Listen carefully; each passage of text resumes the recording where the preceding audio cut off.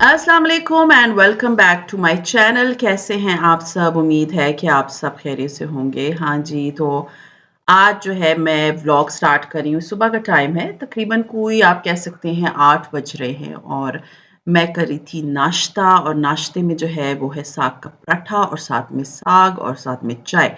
हाँ जी, अब आप कहेंगे कि मैं साग कहाँ से लेकर मैं जब भी साग मँगवाती हूँ ना, तो मैं क्या करती हूँ, मैं इसको फ्रीज़ कर लेती हूँ और फिर ये होता है कि कु 4-5 दिन के बाद ना मैं एक दफ़ा साग का पराठा और ये नाश्ता करती हूँ। सीरियसली इट्स माय फेवरेट नाश्ता इन विंटर्स स्पेशली। आप लोग मुझे बताएँ कि आप लोग नाश्ते में क्या खाते हैं? ज़रूर नीचे कमेंट करके बताएँ कि आपका फेवरेट नाश्ता इस सर्दियों में क्या है? और दूसरी इम्पोर्टेंट चीज़ जो मैंने आपको अभी बतानी है वो ये है कि अभी भी 60% ऐसे लोग हैं जो जिन्होंने मेरे चैनल को सब्सक्राइब नहीं किया और वो मेरे वीडियोज़ देखते हैं, पसंद भी करते हैं, कमेंट भी करते हैं। तो प्लीज़ अगर आपने मेरे चैनल को सब्सक्राइब नहीं किया तो स्टार्टिंग में ही बता रही हूँ, सब्सक्राइब टू माय चैनल।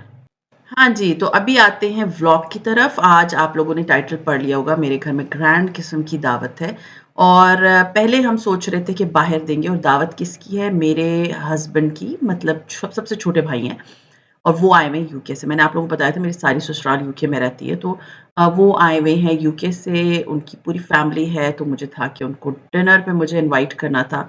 तो आज जो है मैं ये व्लॉग जो है ना, ये 25th ऑफ दिसंबर का है। तो दिसंबर का मतलब 25 दिसंबर का व्लॉग है, सबकी छुट्टी थी, सब घर पे ही थे।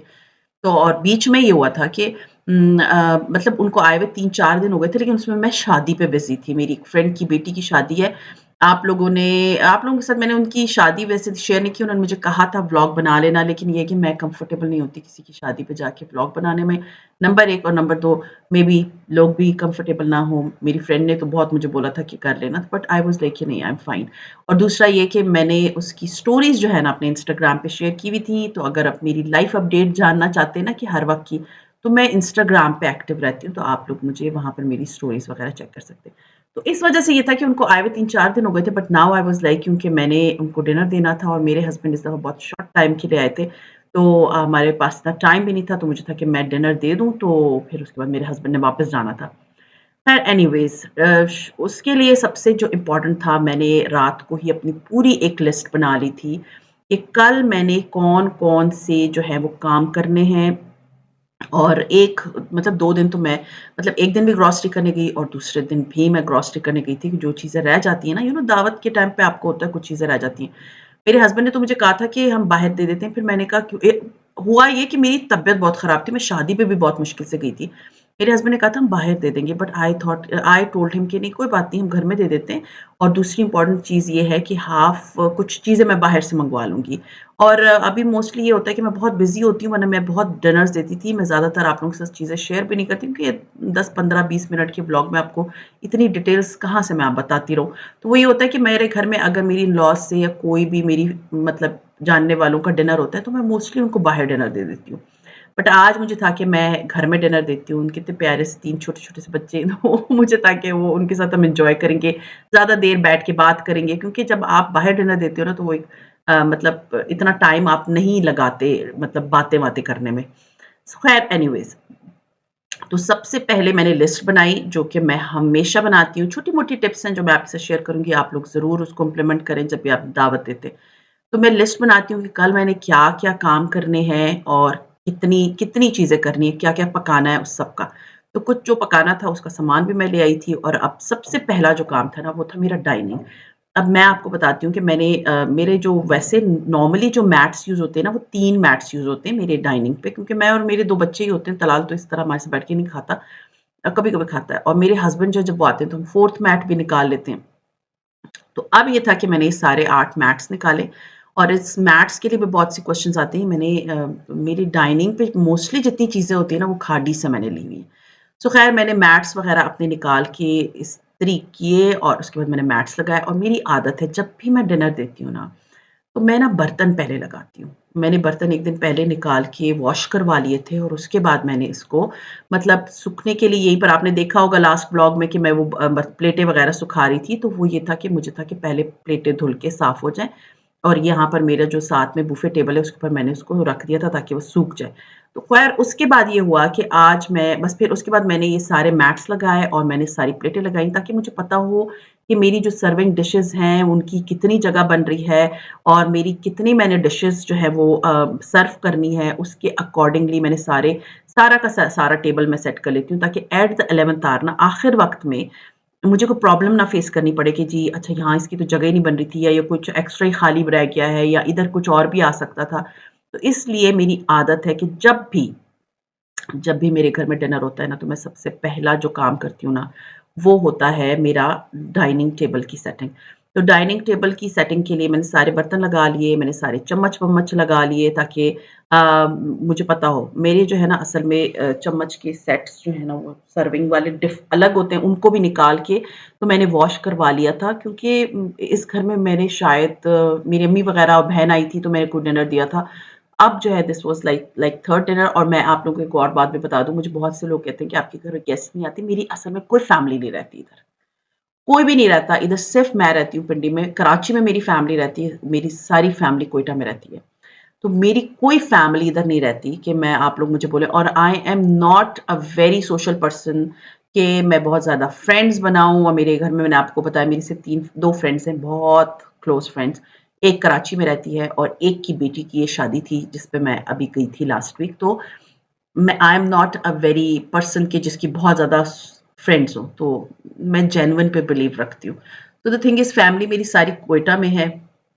तो जब वो इधर आती है विंटर्स में अभी हुआ एक्चुअली मेरे ख़ानदान में एक एक्सीडेंट हो गया है, तो उन सब ने आना था, अब लेट्स सी कि वो कब आएँगे।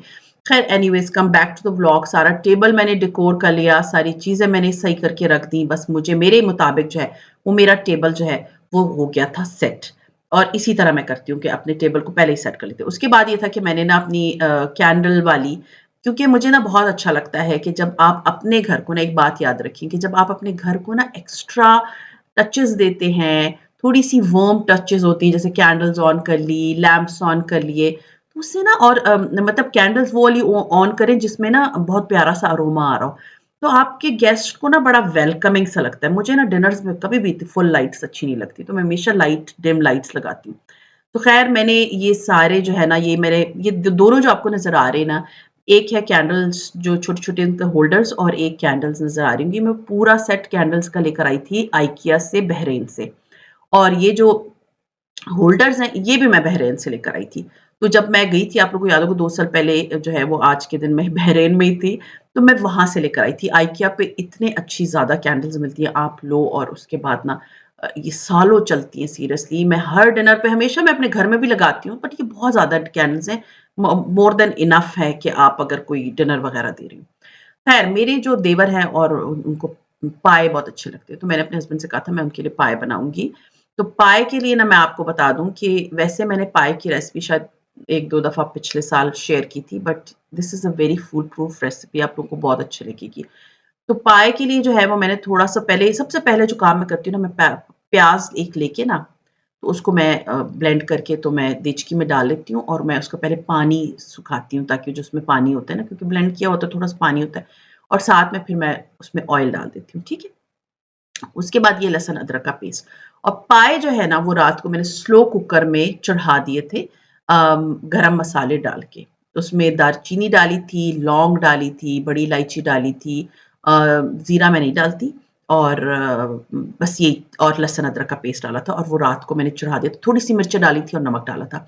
उसको मैंने रात को चढ़ा दिया था। अब जो है ये मसाला मैं बना रही हूँ, उसमें मैंने देगी मिर्च डाली है, टमाटरों का पेस्ट डाला है और इसके अलावा मैंने लाल मिर्चें डाली हैं और मैंने इनको अच्छी तरह से भूनना शुरू किया, ठीक है? अब इसके अंदर मैंने डाल दिया है नमक और ये बन रहा है मसाला और मेरे जो पाए थे ना, वो रेडी हो गए थे। फिर इसमें मैंने डाला है गरम मसाला, तकरीबन कोई अच्छा बड़ा चम्मच मैंने गरम मसाला डाला है क्योंकि अगर आपने पाए खाए हो ना तो उसमें गरम मसाले का ज़्यादा टेस्ट होता है। ख़ैर एनीवेज़ थोड़ा-सा पानी डाल के ना इस मसाले को मैंने अच्छे से भून लिया और यहाँ पर मेरे हस्बैंड और मेरी बेटी जो है ना, वो क्विल्ट के ऊपर जो है वो कवर चढ़ा रहे हैं। तो ये इनको मैंने एक-एक काम पे लगाया हुआ था कि सारे घर को एक-एक काम पे लगाया था कि ये लोग ये करते रहें। ख़ैर एनीवेज़ इसमें मैंने धनिया पाउडर भी डाल दिया और फिर इसको अच्छे से जो है ना मैंने भून लिया और ज़ीरा पाउडर भी डाल दिया। ये जो मसाला बनेगा ना, इस मसाले का टेस्ट होता है और अगर आपके पाए अच्छे से गले हुए हों, मेरे पाए मैंने नॉट मेरे पाए गाय का पाए मैं यूज़ करती हूँ, बकरे के भी मज़े के होते हैं लेकिन मुझे टेस्ट ज़्यादा ना अच्छा स्ट्रॉन्ग सा वो गाय के पाए का आता है।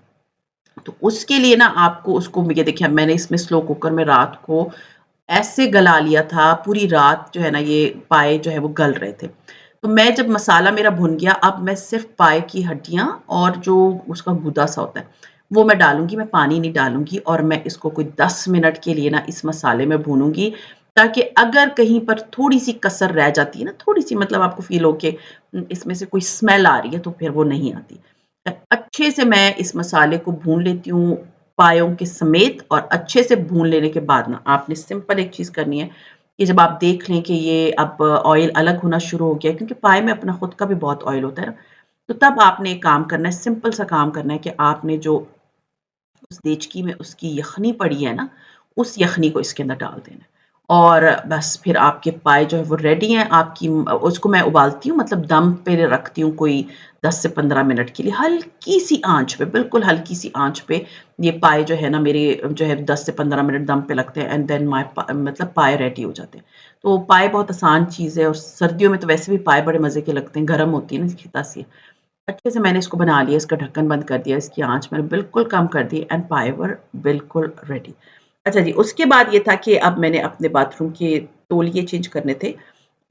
ये मैं नए लेकर आई थी ना मेरे जब घर घर गेस्ट आते हैं ना, तो वैसे मेरे पास टॉवल पड़े हुए हैं जो बिल्कुल तो ऐसे हैं जैसे एक आध बार यूज़ किए हों, बट आई वाज़ लाइक चलो मैं नए लेकर आती हूँ, जब मैं ग्रोसरी करने गई थी, तो मैं मेट्रो से लेकर आई थी और मुझे बहुत रीज़नेबल पड़े।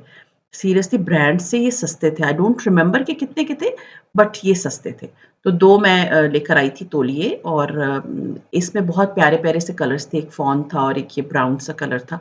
तो आई थॉट कि ये ब्राउन ये जो grey not brown, grey colour जो है ना वो सही है, मेरे बाथरूम के साथ जाएगा और मेरे बेड के मुताबिक भी है।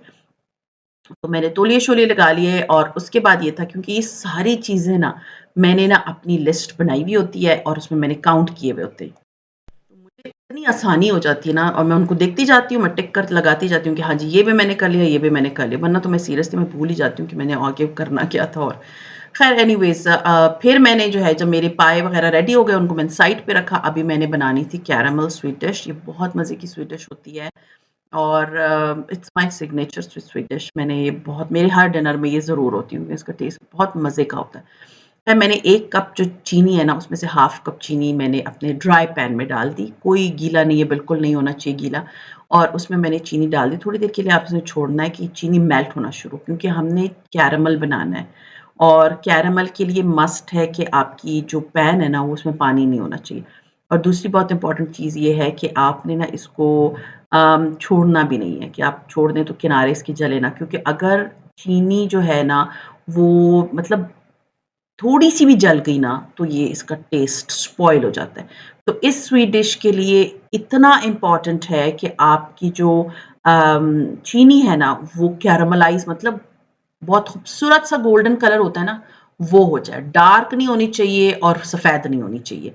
यानी कि जैसे बस सिर्फ़ आपने मेल्ट कर दिया। तो बहुत खूबसूरत से जब गोल्डन कलर का आपकी चीनी हो जाती है, दैट्स इट आपको ये अभी गुठलियाँ सी बन गई हैं, बस इनको जो है ना आपने मेल्ट करना है, हो गई, उसके बाद इसको रखना है साइड पे और हम इसका एक बनाएँगे मिक्सचर। और ये रेसिपी इतनी फूल प्रूफ है, ये मेरी बहुत सी फ्रेंड्स क्योंकि ये रेसिपी मेरी अपनी खुद की है। ये बेसिकली ये जो रेसिपी है बेक होती थी but I started making it. तो ये बहुत अच्छी रेसिपी, इसको ज़रूर ट्राई कीजिएगा। अच्छा, जो आधी चीनी रह गई थी ना, तो वो चीनी मैंने डाल दी इस मतलब ब्लेंडर में। दोबारा बता दूँ, 1 कप चीनी ली थी, आधी चीनी कैरामलाइज़ हो गई, आधी चीनी मैंने ब्लेंडर में डाल दी। 1 कप मैंने पानी लिया है और उसमें 3 टेबलस्पून के बराबर मैंने कॉर्नफ्लोर डाल दिया, ठीक है? कॉर्नफ्लोर डालने के बाद ना, मैं जब किचन में काम कर रही होती हूँ ना, मैं हाथ के हाथ अपना किचन समेट भी रही होती हूँ। क्योंकि मुझे होता है कि किचन फैलाना, और ये कॉर्नफ्लोर नया आया था, इसको मैं बाद में मुझे था कि डब्बे में डालूँगी, टाइम नहीं था इतना मेरे पास। तो 3 टेबलस्पून जो है वो कॉर्नफ्लोर मैंने डाला 1 कप पानी में। ये 1 ही कप मैंने मेज़रमेंट के लिए रखा है, ठीक है? अच्छे से मिक्स कर लेने के बाद ना, ये भी चला जाएगा इस ब्लेंडर में। समझ आ गई होगी आप लोगों को आराम से। चीनी भी गई ब्लेंडर में, 1 कप पानी और 3 टेबलस्पून के बराबर जो है मैंने इसमें डाल दिया है कॉर्नफ्लोर। अच्छा, उसके बाद जो है ना, अब इसके अंदर मैं डालूँगी 3 अदद अंडे, ठीक है? इसमें तो 3 का बहुत ज़्यादा वो है, तो 3 अदद मैंने अंडे डाले हैं इसके अंदर। और 3 अंडों के बाद इसके, अब मेरी बेटी जो है ना, पीछे से वो चेक कर रही थी कि ये हो गया मेल्ट। और इसके अंदर मैंने डाला है 2 कप दूध, ठीक है? आधा कप चीनी, 3 अंडे, 1 कप पानी में 3 टेबलस्पून के बराबर कॉर्नफ्लोर और 2 कप दूध। डाल लेने के बाद मैं इसको अच्छे से जो है ना वो ब्लेंड करूँगी। इतना अच्छा ब्लेंड करना है आपने कि वो एक अच्छी-सी लिक्विड की फ़ॉर्म ले ले। मतलब अंडे की गुठलियाँ ना हो और चीनी अच्छे से मेल्ट हो जाए। अच्छा, उसके बाद ये है कि मैंने चूल्हा जो है वो ऑन किया और उसके बाद मैंने ये जो मिक्सचर था अच्छे से ब्लेंड हुआ था, वो मैंने इसके अंदर डाल दिया। बस अब जो है ना, आपने जो काम करना है ना, आपने इस चीनी को अच्छे से मतलब घुलाना है। नीचे से हीट लगी हुई, मतलब ऑन है, आपने इसको अच्छे से मिक्स करते जाना है, करते जाना है। असल में होगा क्या कि वो जो नीचे चीनी कैरामलाइज़ थी ना, वो मेल्ट होना शुरू हो जाएगी और इस दूध का कलर जो है ना, सफ़ेद से लाइट कैरामल कलर का, लाइट सा ब्राउन कैमल कलर का हो जाएगा। और उसके बाद ना, ये जो इसके अंदर हमने कॉर्नफ्लोर डाला था और अंडे डाले थे ना, तो वो कस्टर्ड की फ़ॉर्म में आ जाएगा। तो जब ये आप देख लें कि चीनी जो है ना ब्राउन कलर वाली, वो बिल्कुल ही घुल गई है और ये जो कस्टर्ड है ये थिक हो गया है बिकॉज़ ऑफ कॉर्नफ्लोर एंड 3 अंडे, तो इसका मतलब है कि हमारा जो मिक्सचर है ना स्वीट डिश का, दैट इज़ रेडी। बस ये आपको निशानी याद रखनी है कि ये दोनों काम जब हो जाएँ, मिक्सचर रेडी हो जाएगा, मतलब दूध जो है वो कलर भी चेंज कर देगा, कैरामलाइज़ जो शुगर थी वो मेल्ट हो जाएगी और ये कस्टर्ड की फॉर्म में आ जाएगा। तो दैट मीन्स कि आपका जो मिक्सचर है दैट इज़ रेडी। अब इस पॉइंट पे आपने एक काम करना है कि जब आप देख लें कि आपका मिक्सचर रेडी हो गया है, तब इसके अंदर ना 1 क्रीम का डब्बा जो है वो मैं इसके अंदर डालूँगी, ठीक है? ये पूरा 1 क्रीम का डब्बा है 200 एमएल वाला, वो इसके अंदर जाएगा और इसको बस अच्छे से मैंने मिक्स कर दिया, ठीक है? अच्छे से मैंने मिक्स कर दिया, गरम मैंने बंद कर दिया था चूल्हा और मैंने अब इसके अंदर डाल दिया एक पूरा पैकेट। इसको अच्छे से मिक्स करें ताकि ये जो क्रीम है ना, ये पूरी इसमें अच्छे से मतलब स्प्रेड हो जाए। उसके बाद आपने काम करना है कि इसको निकाल लेना है। जिस भी सर्विंग डिश में आपने इसको डालना है, उस सर्विंग डिश में आपने इसको निकाल दिया और आप देख रहे होंगे कि एक और क्रीम का डब्बा पड़ा हुआ है। जी हाँ, इसमें ये बिल्कुल भी शुगर वो मतलब ऐसे लोग जो डाइट कर रही हैं उसके लिए नहीं है, क्योंकि इसमें क्रीम की क्वांटिटी इसमें जो है वो ज़्यादा जाएगी, ठीक है? तो अब ये मैंने जिस भी सर्विंग पैन में मैंने निकालना था वो मैंने निकाल दिया और अब जो है, जो बच गया है ना, मैंने इसको मतलब आपने स्क्रैप करके डाल देना है। क्योंकि ये एक बड़ा डोंगा जो होता है ना, जैसे आपके घर में, जैसे आप ये देख सकते हैं, ये अच्छे खासे बड़े साइज़ का डोंगा है, ये बन जाता है और इतना इकोनॉमिकल है, इट्स नॉट दैट एक्सपेंसिव। आप कह सकते हैं 300 रुपए तक में पूरा का पूरा, या आप कह सकते हैं, आई डोंट नो, मैं तो ये क्रीम ईरानी लेती हूँ, थोड़ी-सी रीज़नेबल पड़ जाती है, बट ये इतना एक्सपेंसिव नहीं पड़ता, 500-600 रुपए की आपकी पूरी डिश बन जाती है। ख़ैर एनीवेज़, तो दूसरा जो है ना क्रीम का डब्बा मैंने इसके ऊपर डाल दिया, ठीक है? आप देख सकते हैं। दूसरा क्रीम का डब्बा ऊपर डाल दिया और बस आपने और कुछ नहीं करना, बस फ़ोर्क लेना है, कोई भी काँटा जो होता है ना, उससे आपने इसको मिक्स कर देना। ये जो क्रीम है ना, ये जब इसके अंदर, और इसको कभी गरम नहीं सर्व करना, इसको ठंडा चिल सर्व करना है। तो ये जो क्रीम है ना, ये जो आपने अभी डाली है, मोटी-मोटी जब गुठलियाँ बनती है आपके मुँह में आता है ना, बहुत मज़े का लगता है। तो ये बना के तो मैंने इसको फ्रीज़र में रख दिया था, क्योंकि मुझे जब ये बिल्कुल ठंडा चिल, फ्रोज़न नहीं, चिल ठंडा सर्व करना था।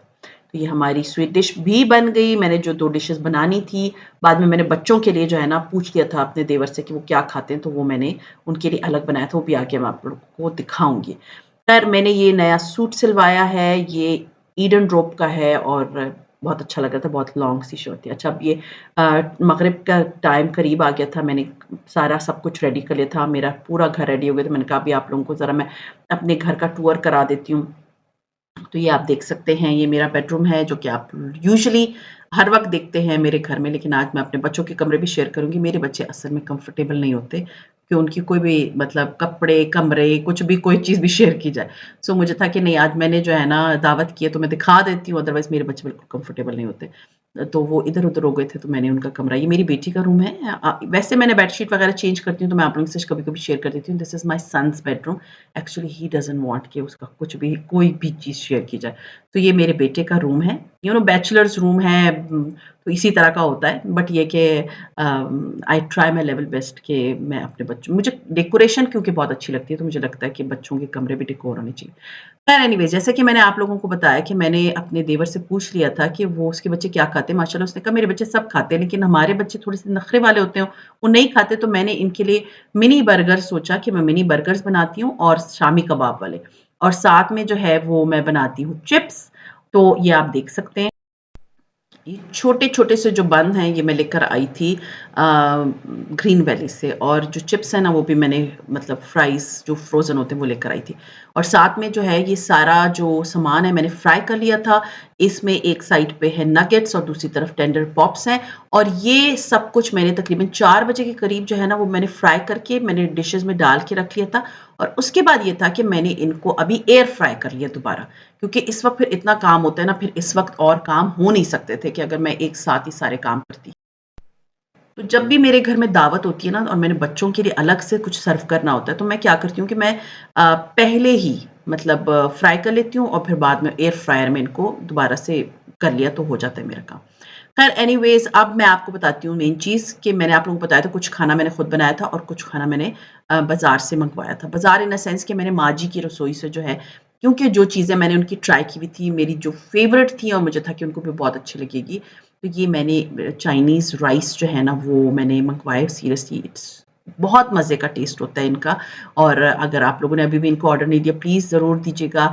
बहुत अच्छा खाना बनाते हैं, बहुत साफ़-सुथरा खाना होता है। और मैंने इनसे बताया हुआ था, मैं आपको सारी चीज़ें अभी डिटेल बताऊँगी कि मुझे था कि ये सारी चीज़ें ना मैं अपने, क्योंकि मैंने अपने बर्तनों में सर्व करनी थी, तो उसके अकॉर्डिंगली उन्होंने मुझे उस तरह सर्विंग करके भिजवाई थी।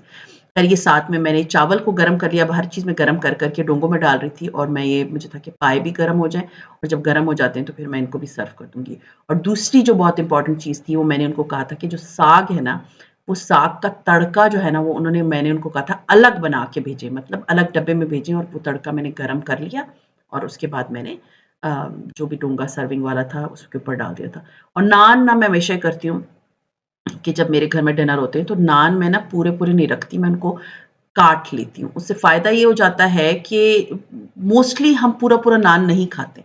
तो वो ये हो जाता है कि जिसने जितने पीस लेने होते हैं वो ले लेते हैं, और आराम से जो है ना वो पूरा नान ज़ाया नहीं होता।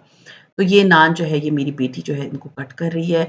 साथ में मैं हाथ के हाथ जो है ना सारे के सारे सालन जो है वो गरम कर रही थी। और जिस सर्विंग डिशेज़ में मैंने उनको सर्व करना था, वो मैंने लगा लिए थे। अच्छा जी, अब मैंने टेबल जो है ना, वो सारी अच्छी-सी लगा ली। ये आपके सामने है, मैंने कैंडल्स भी ऑन कर ली थी। ये आप देख सकते हैं, ये है चाइनीज़ मतलब नूडल्स, साथ में आपको नज़र आ रहा होगा साग, साग के ऊपर मक्खन, ये है पाए, वो है छोटे मिनी बर्गर्स विद फ्राइज़, और इसके बाद ये है चावल। हर चीज़ की मैं क्लियर शक्ल भी आपको दिखाऊँगी। और ये है मंचूरियन और वो नगेट्स एंड मैंने साथ में जो टेंडर पॉप्स थे वो। अब आपको हर चीज़ नज़र आ रही होगी।